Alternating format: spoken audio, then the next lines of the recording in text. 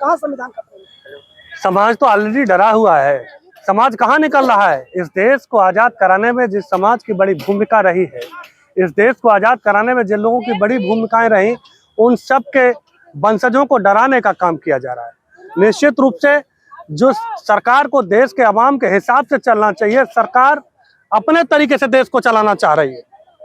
सरकार देश के नागरिकों ने इसलिए बनाई है कि वो हमारे हकों को, हमारे हितों को नजर रखते हुए कार्यक्रम हमारे लिए लाएगी। लेकिन सरकार सारे पूंजीपति उद्योगपतियों के हकों को, उनके अधिकारों को ध्यान में रखते हुए केवल उत्पीड़न करने का काम कर रही है, चाहे वो किसी रूप में उसे करना पड़े।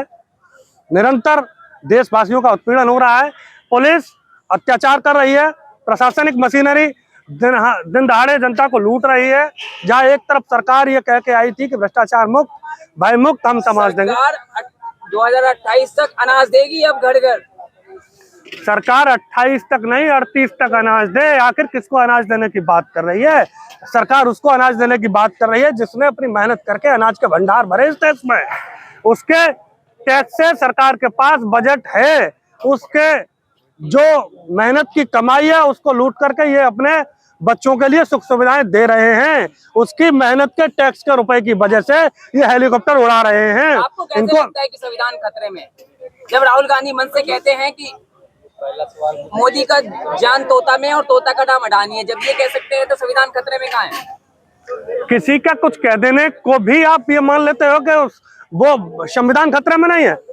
आपने यहाँ देखा नहीं, ये जो रैली हो रही थी रामलीला मैदान में, जो पूरा देश का हर्ट है, वहां की रैली को पुलिस आकर के तत्काल रोक देती है, माइक बंद करा देती है।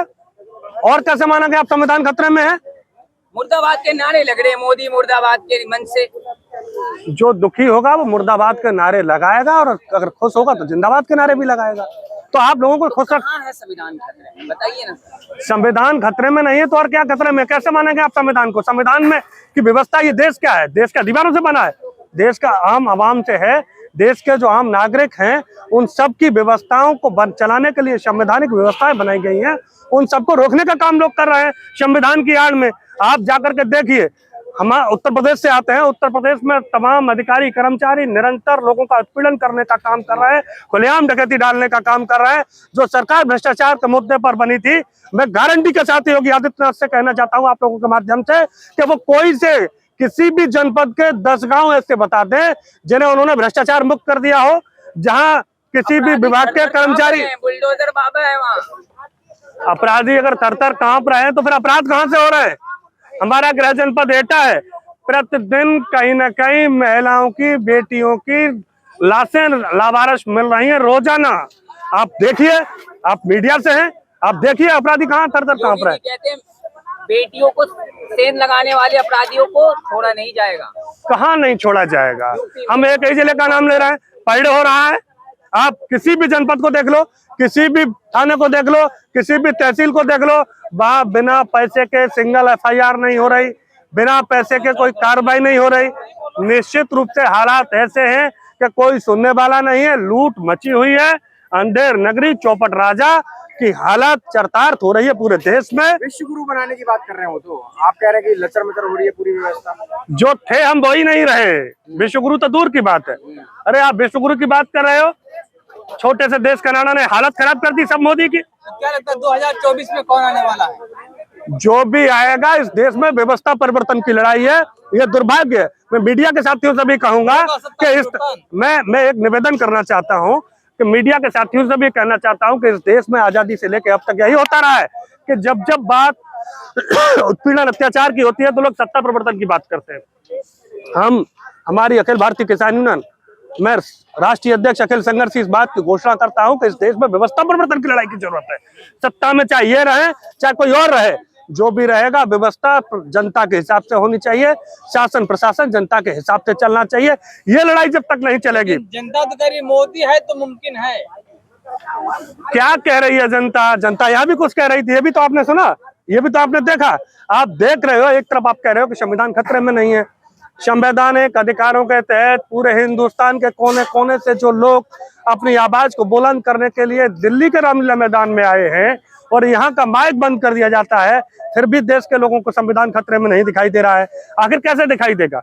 ये तो आप लोगों को भी अपना नजरिया बदलना पड़ेगा, चश्मा ठीक सा लगाना पड़ेगा, जिसमें जनता के अधिकार, जनता के हित आप लोगों को दिखाई दे, और वो जनता के माध्यम से सरकार तक पहुंचाने का काम करो कि जो सरकार ने अपनी आंखों पर चश्मा लगा लिया है लोहे का, टीन का, वो हटे। अगर आज भी हम मन से ये घोषणा न की गई होती कि यहाँ से जो आवाम आया है, पूरे देश के लोग अभी प्रधानमंत्री और गृह मंत्री के आवास की तरफ कूच करेंगे, तो ये मंच भी लगातार नहीं चलता। तो निश्चित रूप से यही सारे खतरे हैं, यही सब उसके तरीके हैं कि लोगों को डरा धमका करके। कैसे बचाओगे संविधान को, कैसे बचाओगे? लोकतंत्र में भीड़ की दम पर ही सारी चीजें होती हैं, और देश के अवाम के पास भीड़ की कोई कमी नहीं है। जब जब जरूरत पड़ेगी, जब हम लोग किसान आंदोलन चला रहे थे, तब भी लोग इस तरह की बातें कर रहे थे। वो भी हुआ है और ये भी होकर रहेगा। ये संविधान न तो मोदी जी ने दिया है, न मोदी जी के पिताजी ने दिया है, न उनके किसी घर वाले ने दिया है। इस विदेशों में डंका बज रहा है। इस देश में हजारों लोगों ने कुर्बानी दी थी इस देश को आजाद कराने के लिए, और जब वो देश को आजाद कराने में जब उन्होंने कुर्बानी दी, तब ये इस देश में लोकतंत्र लागू हुआ है, जिसमें भीमराव अम्बेडकर की बड़ी भूमिका रही है गोलफेर सम्मेलन के माध्यम से। सवाल ये है कि जो देश अंग्रेजों ने राजा महाराजाओं से अपने कब्जे में लिया था, अगर इस देश को आजाद कराने में राजा महाराजाओं की बड़ी भूमिका रही होती, आम आवाम की शहादतें न रही होती, क्रांति अगर आम आवाम ने न की होती, तो निश्चित रूप से अंग्रेजों के जाने के बाद इस देश में पुनः राजा काबिज होते और इस देश में लोकतंत्र नहीं होता। प्रधान से लेकर प्रधानमंत्री जो आज बने बैठे, उनकी हैसियत कहीं का सभासद बनने लायक नहीं होती। बीजेपी की सरकार में आप लोकतंत्र की क्या भूमिका देखते हैं? सही बात यह है कि लोकतंत्र में लोक के लिए काम किया जाता है, तंत्र के द्वारा। अब पूरा तंत्र लोक को अपने तरीके से चलाना चाहता है। चंद मुट्ठी भर पूंजीपति उद्योगपतियों के लिए सारे निर्णय लिए जा रहे हैं। देश के अवाम का खून चूसा जा रहा है।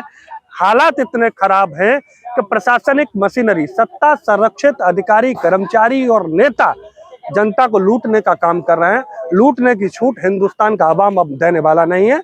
निश्चित रूप से हालात सुधरेंगे और बदलेंगे।